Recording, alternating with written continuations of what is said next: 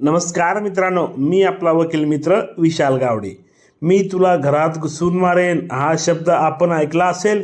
एखाद्याला त्यांच्या घरामध्ये घुसून त्याला दुखापत करणे किंवा त्या व्यक्तीस बेकायदेशीररित्या घराबाहेर पाडण्यास प्रतिबंध करणे किंवा त्या व्यक्तीस इजा करण्याची भीती घालणे, हल्ला करणे हा भारतीय दंड संहितेचे कलम 452 प्रमाणे गंभीर असा गुन्हा असून जर या गुन्ह्यात एकापेक्षा जास्त लोक असतील तर पुन्हा कलम 34 आहेच आणि त्या गुन्ह्यासाठी 7 वर्षाची शिक्षा व दंड सुद्धा होऊ शकतो। म्हणून कोणाच्याही घरामध्ये घुसून त्याला दुखापत करण्याच्या बेतात असाल तर सावधान व्हा।